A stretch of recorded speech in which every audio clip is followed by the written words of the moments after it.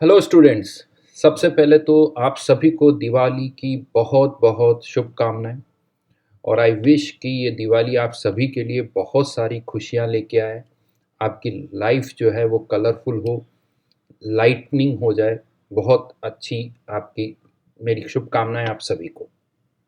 अब सबसे पहले आज के इस वीडियो में जो हम डिस्कस करने वाले हैं वो ये है कि आफ्टर दिवाली यानी जो मंथ ऑफ नवंबर जो है, उस नवंबर मंथ में जो आईआईटी जेई एस्पिरेंट्स हैं, जो कि जेई मेंस जेई एडवांस की तैयारी कर रहे हैं, उन स्टूडेंट्स की क्या स्ट्रेटजी होनी चाहिए, उनकी क्या प्लानिंग होनी चाहिए, ये इस वीडियो में हम डिस्कस करेंगे। बहुत शॉर्ट वीडियो है, बहुत ज़्यादा टाइम आपका मैं नहीं लूँगा। हाँ, लेकिन यहाँ पर मैं आपको बता दूँ कि बहुत लंबी चौड़ी प्लानिंग मैं आपको नहीं बताने वाला हूँ, क्योंकि बहुत लंबी चौड़ी प्लानिंग कभी कभी क्या होती है कि हम उसमें थोड़ी सी डेविएट हो जाते हैं, तो फिर आगे की प्लानिंग का कोई मतलब नहीं रह जाता। तो मंथ वाइज केवल मैं नवंबर की बात करूंगा कि इस नवंबर मंथ में हमें किस तरह से अप्रोच करनी चाहिए, राइट। तो ये जो डिस्कशन है इसको हमें आई थिंक ब्रेक करना होगा, क्योंकि जो ट्वेल्थ में स्टूडेंट्स हैं उनके लिए अलग अप्रोच होगी, जो ट्वेल्थ पास्ट स्टूडेंट हैं जिन्हें हम ड्रॉपर भी कहते हैं उनके लिए की अप्रोच कुछ अलग होगी, और जो स्टूडेंट्स अभी इलेवंथ में हैं, जो इलेवंथ में तैयारी कर रहे हैं जेईई की, उनके लिए अप्रोच कुछ और होगी। तो मैं तीनों के लिए अलग अलग से डिस्कस करूंगा। तो सबसे पहले तो मैं बात करता हूँ जो ट्वेल्थ में अभी स्टूडेंट्स पढ़ रहे हैं, उनकी बात करते हैं। जो ट्वेल्थ में स्टूडेंट्स हैं यानी ट्वेल्थ अंडर गोइंग जिसे मैं बोल सकता हूँ, ट्वेल्थ अंडर गोइंग जो स्टूडेंट्स हैं उनकी क्या अप्रोच होनी चाहिए। तो अब सबसे बड़ी प्रॉब्लम, एक कन्फ्यूजन जो ट्वेल्थ के स्टूडेंट्स को होता है वो यही होता है कि सर जेई की तैयारी तो चली रही है, बट अब बोर्ड्स भी आने वाले हैं, फेब्रवरी एंड या मार्च में बोर्ड्स के एग्ज़ाम्स भी होंगे, तो उसको लेके कन्फ्यूज़न होता है। तो चलिए सबसे पहले उसी की बात करते हैं। तो देखिए, मैं यहाँ पर आपको क्लियर कर दूँ कि जिनके ट्वेल्थ के एग्ज़ाम्स होने वाले हैं, ज़्यादातर जो स्टूडेंट्स जेई की तैयारी कर रहे होते हैं, जेई मेंस और जेई एडवांस की, फिजिक्स केमिस्ट्री मैथ्स की पर्टिकुलरली अगर मैं बात करूं, तो मोस्टली स्टूडेंट्स जो है वो फेब्रवरी में ही इसकी तैयारी करते हैं, क्योंकि कोर्स का काफ़ी कुछ आइडिया होता है। काफ़ी अच्छा एक्सटेंसिव लेवल पर हमने फिजिक्स केमिस्ट्री मैथ्स पढ़ी हुई है, तो कुछ नई चीज़ें नहीं है। बस जो सीबीएसई या वो एग्ज़ाम्स होते हैं उनका पैटर्न अलग से होता है, तो उस पैटर्न के अकॉर्डिंग हमें तैयारी करनी पड़ती है, याद करना पड़ता है। अदरवाइज़ कॉन्सेप्ट हमारे क्लियर हैं, किस चैप्टर में क्या होता है वो हमें पता है। तो फिजिक्स केमिस्ट्री और मैथ्स की तैयारी मेरा मानना है, स्पेशली सीबीएसई बोर्ड के स्टूडेंट्स की अगर मैं बात करूँगा, क्योंकि उनके एग्ज़ाम मोस्टली मार्च में होते हैं, तो फरवरी में उनकी ये तैयारी ईज़िली हो जाएगी। अगर बाय द वे किसी के एग्ज़ाम पहले हैं या बाद में हैं, तो मेरा मानना है कि जिस मंथ में आपका एग्ज़ाम हो, उससे 1 महीने पहले आप फिज़िक्स, केमिस्ट्री, मैथ्स के बारे में सोचिए। उससे पहले आपको बोर्ड के बारे में सोचने की बिल्कुल ज़रूरत नहीं है। अब बाकी 2 और ऑप्शनल सब्जेक्ट्स भी होते हैं, इंग्लिश भी होता है, इसके अलावा किसी का फिज़िकल एजुकेशन होता है, किसी का कंप्यूटर्स होता है। तो राइट नाउ मेरा ये कहना है स्टूडेंट्स, अभी नवंबर मंथ में आपको इनके बारे में भी नहीं सोचना है। दिसंबर में आके इसके बारे में बात करेंगे, यानी नवंबर मंथ आपका प्योरली अभी भी किसको आपको डिवोट करना है, जेई को डिवोट डिवोट करना है, राइट। तो सीबीएसई यानी बोर्ड वाली जो बात है वो अभी हम बात नहीं कर रहे हैं, उसके लिए हमारे पास दिसंबर है, जनवरी है, फरवरी है, इनमें हम बात करेंगे। मोस्टली स्टूडेंट्स, बिलीव मी, ये ज़्यादातर स्टूडेंट्स की जो तैयारी होती है वो इन्हीं मंथ में होती है, यानी मोस्टली फरवरी में होती है, जनवरी एंड में होती है। उसका एक कारण भी है। क्या होता है, अगर अभी हम तैयारी स्टार्ट भी कर देते हैं तो कंसिस्टेंसी नहीं आती, रेगुलरिटी नहीं आती, तो कुछ चीज़ें पढ़ते हैं, थोड़े दिनों बाद फिर भूल जाते हैं, ऐसा लगता है ये तो हमने पढ़ा हुआ ही नहीं है। तो पहला अभी फोकस किस पर रख रहे हैं, जेई पर। अब जहाँ तक बात है जेई की, तो मेरा मानना है कि ऑलमोस्ट आपका कोर्स कंप्लीशन पर होगा। नवंबर एंड तक मेरा मानना है कि ज़्यादातर जो कोर्सेज हैं वो आपके कंप्लीट हो चुके होंगे, physics, chemistry, maths, JEE mains और जेई एडवांस से रिलेटेड। तो अभी इस टाइम पर अगेन मैं आपसे कहूँगा, बहुत सारे स्टूडेंट्स कंफ्यूज होते हैं, सर पुराना बोलने लगा हूँ उसका क्या करें। तो पहला पार्ट तो ये मैं आपको बताऊँगा कि जो करंट चल रहा है उस पर फोकस करिए, उसको अच्छी तरह से करिए, उसका होमवर्क पूरा करिए, उसमें कोई कन्फ्यूज़न ना रहे, वो पार्ट आपको पूरा करना है। उसके बाद अगर आप टाइम निकाल सकते हो, और कोशिश करिए कुछ टाइम निकालिए, लेकिन जो आप टाइम निकाल रहे हो उसमें आप पहले वाला पार्ट मत करिए कि पुराने कोई टॉपिक है, नहीं। कोशिश ये करिए कि जो नवंबर में जो चल रहा है वो अच्छी तरह से करो, और जो रिसेंटली आपने अक्टूबर में किया है या सितंबर में जो किया है, क्योंकि वो पोर्शन अभी भी आपको कुछ-कुछ हद तक याद है।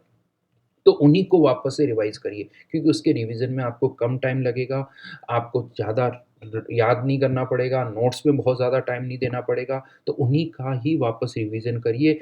उसका बेनिफिट क्या होगा कि जब हम दिसंबर से वापस से रिवीजन स्टार्ट करेंगे, तो इन चैप्टर्स को रिवाइज़ करने की ज़रूरत नहीं पड़ेगी। तो अक्टूबर और सितंबर में जो भी चैप्टर्स अभी आपने किए हैं, उनको वापस से रिवाइज़ करिए। उनमें क्या करना है रिवीजन में, तो जल्दी से नोट्स पढ़िए, क्योंकि अभी-अभी आपने ये चैप्टर्स किए हैं, तो आई थिंक नोट्स पढ़ने में ज़्यादा टाइम नहीं लगेगा, और उनके अराउंड 30-35 क्वेश्चंस या इतने क्वेश्चंस आप अटेम्प्ट करिए। बहुत ज़्यादा क्वेश्चंस अटेम्प्ट करने की कोशिश मत करिए। जो आपको मॉड्यूल मिलते हैं, जो आपको शीट दी जाती है, उनमें बहुत सारे क्वेश्चंस होते हैं। अब आप सबको वापस से रिवाइज़ नहीं कर सकते हो, तो 35-40 इसके आसपास कुछ क्वेश्चंस सेलेक्ट कर लीजिए। सब्जेक्ट टू सब्जेक्ट देखिए वेरी भी करता है, फिक्स नहीं कर सकते हो। ये मैं एक तरह से जो मैं बोल रहा हूँ वो फिजिकल केमिस्ट्री के पॉइंट ऑफ व्यू से बोल रहा हूँ, अदरवाइज किसी और सब्जेक्ट में नंबर ऑफ क्वेश्चंस ज़्यादा भी हो सकते हैं। जैसे इनऑर्गेनिक है, क्वेश्चन सिंपल से होते हैं, बेसिक होते हैं, तो वहाँ नंबर ऑफ क्वेश्चन ज़्यादा हो सकते हैं। ऑर्गेनिक में ज़्यादा हो सकते हैं, फिजिक्स में हो सकता है इसी के आसपास हो, मैथ्स में नंबर ऑफ क्वेश्चन ज़्यादा करने पड़ते हैं, तो वो वेरिएशन हो सकता है। बट एक टाइम डिसाइड कर लीजिए कि सब यानी नवंबर में आपको जो सितंबर अक्टूबर में जो आपके चैप्टर्स हुए हैं, उन्हीं को टारगेट कर लीजिए कि उन चैप्टर्स को हमें रिवाइज करना है, ताकि जब हम 1 दिसंबर की बात करें, तो ये कॉन्फिडेंस आए कि सर जो रिसेंटली हुआ है नवंबर में, अक्टूबर में और सितंबर में, ये सब कुछ तो मेरा अभी रिवाइज है, अब मुझे बाकी के पोर्शन को रिवाइज करना है, तो फिर हम उस पर फोकस करेंगे। तो एक अच्छा खासा पार्ट जो है वो हमारा रिवाइज हो जाएगा।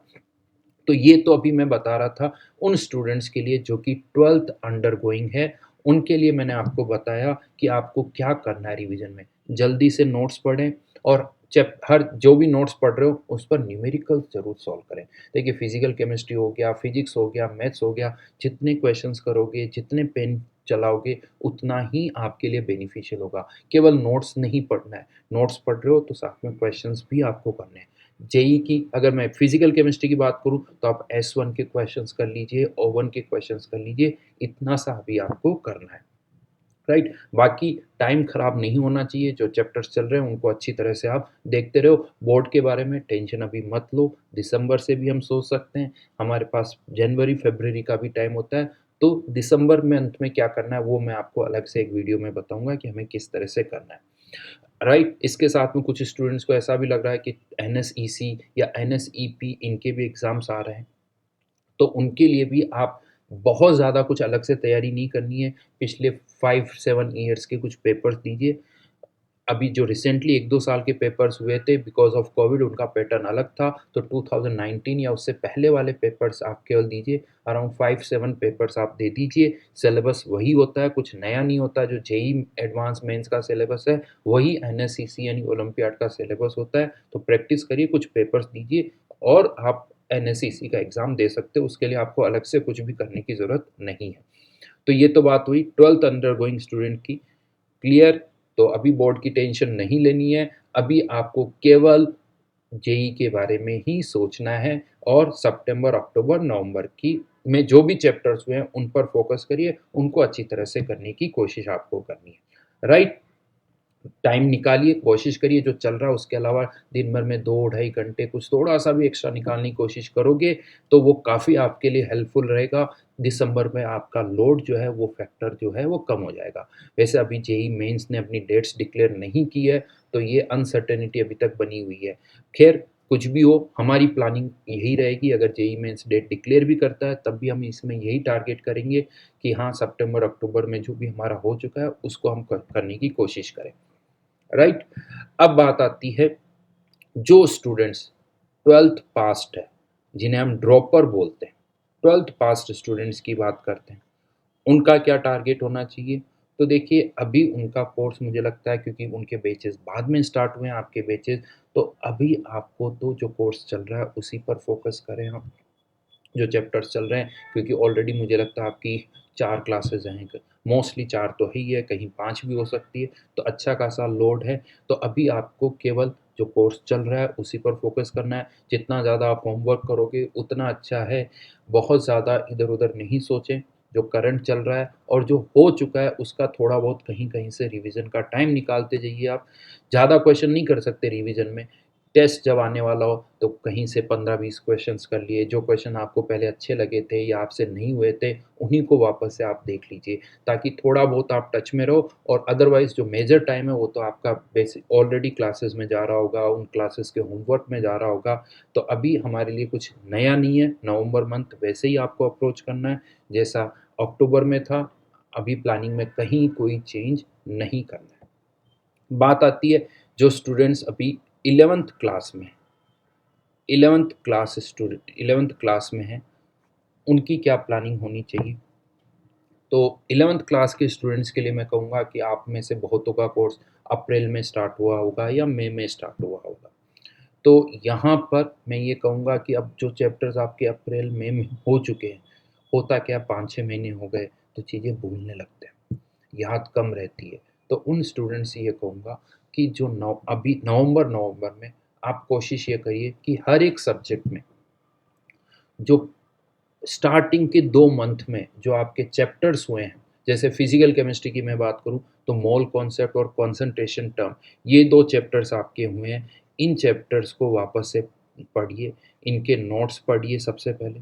नोट्स पढ़ने के बाद एक्सरसाइज में S1 O1 या जो भी एक्सरसाइज आपने की हो, इनके क्वेश्चंस को आप वापस से अटेम्प्ट करिए। जो क्वेश्चंस आपसे मुश्किल से हुए थे या नहीं हुए थे, जो आपने डाउट पूछे हैं, उन क्वेश्चंस को आप फिर से करिए, ताकि ऐसा ना हो कि सर बहुत टाइम हो गया, मैं तो सब कुछ भूल गया हूँ, मुझे तो कुछ याद ही नहीं आ रहा है। क्योंकि ऐसा मैंने बहुत सारे स्टूडेंट्स को देखा कि sir in chapter sorry, in chapters में से तो हमें कुछ अब याद ही नहीं आ रहा है। तो वो रिवीजन भी हम स्टार्ट करें। ऑब्वियसली इसके साथ जो करंट चल रहा है उस पर तो फोकस करें ही करें। अभी कोर्स आगे बढ़ रहा है, 11th के चैप्टर्स हो रहे हैं, बट मेरा ये मानना है कि जनवरी फरवरी आते आते आपका अभी तक का 11th का जो कोर्स है उसका एक रिवीजन आपका पूरा हो जाना चाहिए। यानी ये सिलेबस तो चलता रहेगा, बट आप रिवीजन भी स्टार्ट कर लीजिए। तो कोशिश करिए पर डे अराउंड 2 आवर्स या 2 एंड हाफ आवर्स वो आप रिवीजन के लिए अलग से निकाल सकें। उसमें एक दिन फिजिक्स पढ़ लीजिए, एक दिन मैथ्स पढ़ लीजिए, एक दिन केमिस्ट्री पढ़ लीजिए। केमिस्ट्री में किसी टाइम फिजिकल पढ़िए, किसी टाइम आप इनऑर्गेनिक पढ़ सकते हो, किसी टाइम ऑर्गेनिक पढ़ सकते हो। तो इन सब का एक रिवीजन प्लान आपके माइंड में होना चाहिए। ऐसा नहीं कि सर अभी तो चल रहा है, जैसा चल रहा है देखेंगे, ऐसा नहीं होना चाहिए।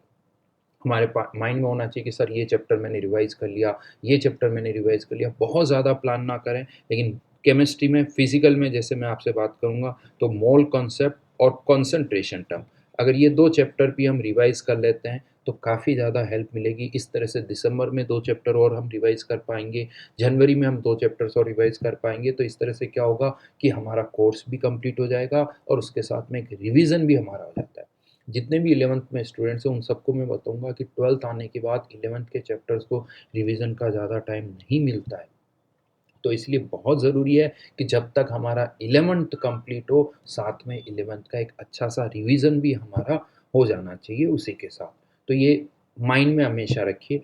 तो 11th क्लास के स्टूडेंट्स के लिए भी किस तरह से रिवीजन करना है वो मैंने आपको बताया।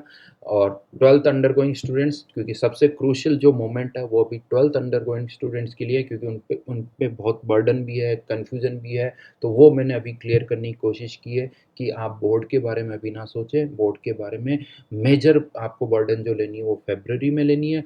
दिसंबर जनवरी में भी हम थोड़ा बहुत ध्यान दे सकते हैं, बट नवंबर मंथ तो आप केवल अभी जेई के लिए ही फिक्स करिए। तो ये मेरी एडवाइस है आप सभी स्टूडेंट्स के लिए, जो मैंने ओवर द ईयर्स देखा है। तो आप इसको फॉलो करिए और अभी फोकस करिए जेई मेंस के लिए। Thank you. मिलते हैं वापस जल्दी से।